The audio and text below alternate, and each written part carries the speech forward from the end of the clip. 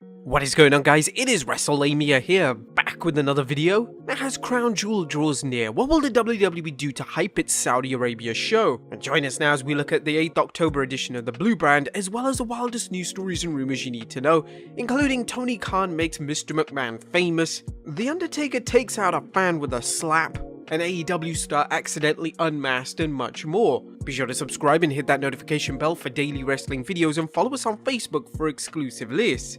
Now, as always, we won't recap the show, but just provide you with the good, the bad, and the downright ugly. As always, we start off with the good as number 1, Roman rests. Now, the WWE did well last night by having Universal Champion Roman Reigns take a break from beating up wrestlers, instead giving him a public audience with Tribal Council Paul Heyman. Reigns thanked Heyman for ensuring the Usos remained on Smackdown, and Heyman put on an Academy Award-winning performance as Reigns' toady, repeatedly stating that his allegiance to Reigns and promising defeat for Brock Lesnar. Now, incredibly, the Blue Brand has gone so good with its storylines that there's no way of knowing just where Heyman's loyalties lie, and Heyman was likely involved in the storyline. The Tribal Chief is the cornerstone of SmackDown, but that doesn't mean that he has to wrestle every night or even confront a potential opponent. Last night's segment was well worked, continued to tease fans as to where Paul Heyman's loyalties lie, and hyping the big bout between Brock and Roman at Crown Jewel. Number 2, big build for Becky, Bianca, and Banks. Now, the WWE continues to build things up for the upcoming triple threat match between Sasha Banks, Bianca Belair, and SmackDown Women's Champion Becky Lynch at Crown Jewel. The match should be fantastic considering the talent involved, but the WWE hasn't slacked off, instead using SmackDown to up the hype, creating a narrative of Banks and Becky focusing on each other whilst underestimating the EST. In a perfect world, this would lead to Belair proving them wrong and capturing the women's title, but the WWE's seeming obsession with pushing Becky Lynch at the expense of everyone else on the women's roster suggests a different outcome. Number 3, Vega victorious, as Zelina Vega scored a surprise win in round 1 in the Queen's Crown tournament, defeating newcomer Toni Storm. While fans can question the decision to job Storm out, one thing is clear: they're giving Vega a push and setting up an interesting scenario as she faces Carmella next week in the second round. Could this mean a babyface turn for Vega or something else? Whatever the case, fans should see Vega end up wearing the crown. Number 4, the Rated R Superstar strikes. Last night's confrontation between Edge and Seth Rollins was the perfect payoff for their white-hot feud, as Edge attacked Rollins, seeking revenge on Seth for invading Edge's home last week and challenging him to a Hell in a Cell match. Wow, we're actually getting a gimmick match outside of a gimmick pay-per-view? While Edge's attack was predictable, as Edge was trying to use a piece of the chair for the crossface, it was extremely entertaining, and the idea of both superstars throwing down in a Hell in a Cell match to settle this feud is thinking that it's going to be match of the year. Number 5, the Mysterio saga continues. The slow build-up to the inevitable feud between Dominic and Rey Mysterio continued last night, with the WWE using it to help Sami Zayn advance in the King's Crown tournament, as Dominic's attempt to help his dad stymie Zayn's heel tactics backfired. Now, at this point, fans have to be wondering if Dominic is that incompetent or subtly sabotaging his papa's matches. Now, either way, you can be certain the fans will be in for a father and son scrap, the likes of which we haven't seen since Vince McMahon battled Shane McMahon. Number 6, Shinsuke gives up the crown. Now it's time to congratulate SmackDown's writers for maintaining continuity by having Shinsuke Nakamura give up his King of the Ring crown in light of the new tournament beginning.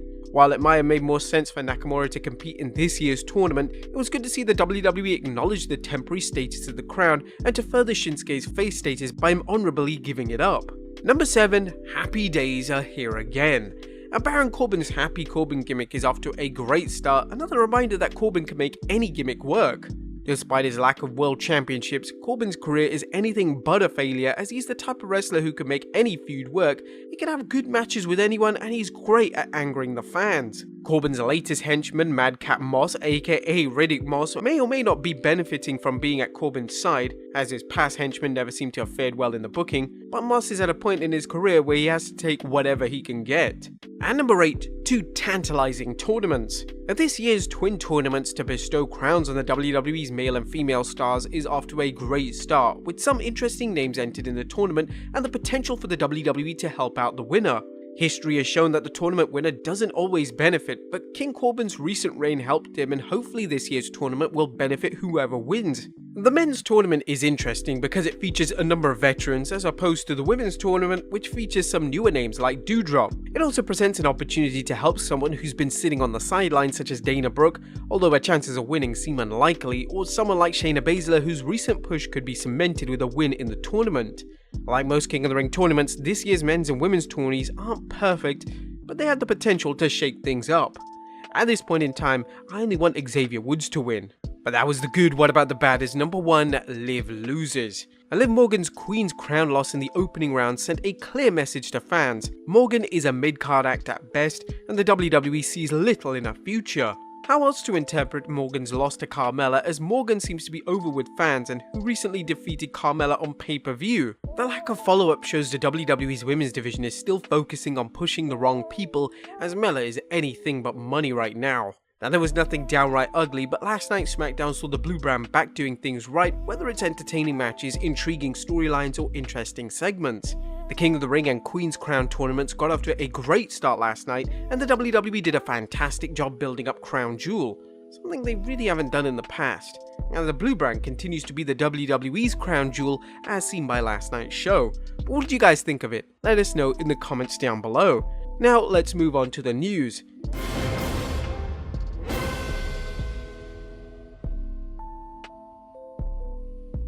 Our first story looks at Tony Khan making Mr. McMahon famous. Topping the news today is a story that could only happen in professional wrestling.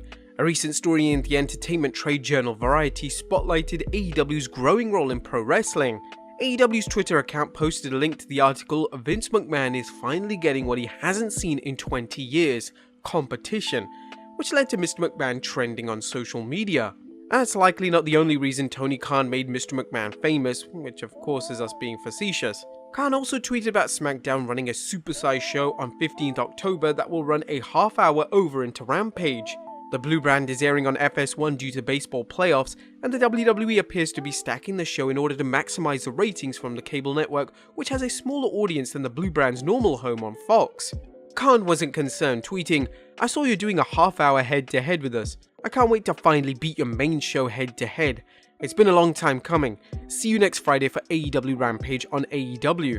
Kinda calling Vince McMahon out. Now, of course, boasting like that can backfire, so AEW's president had better hope Rampage delivers. Ringside News also commented on the Variety piece and author's alleged ties to AEW, pointing to a tweet from Twitter user WWE Gareth. "Since people keep tagging me in some article that AEW posted about Vince McMahon, do some research on Gavin Bridge, the person who wrote the article, and his connections to Tony Khan and AEW. It'll make more sense when you understand the person behind the article." As anyone familiar with media knows, that there's often a cushy relationship between entertainment companies and the media, which has us asking, so what? It's not as if Variety reporters wrote an article lambasting the WWE, so is this all just a non-issue? Let us know in the comments down below. Next up, Becky Lynch's cringy CGI. The WWE has really upped its already world-class production values by adding CGI to its wrestlers' entrances on TV and pay-per-view. Unfortunately, Becky Lynch's new CGI has fans laughing, as it looks like a mixed mashup of a Disney princess and a scene from a Saw movie. Becky's new heel persona is already getting mixed results from fans, and this CGI persona isn't helping.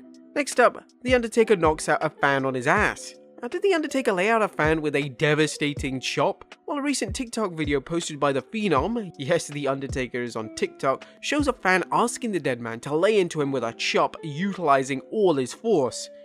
Well, he got what he wanted, and he knocked the fan right to the ground. A closer look at the video shows a little bit of overselling from the fan. I'm pretty sure he didn't hit him that hard, but nevertheless it's a fun video and a reminder of how wrestlers are using social media to entertain their fans.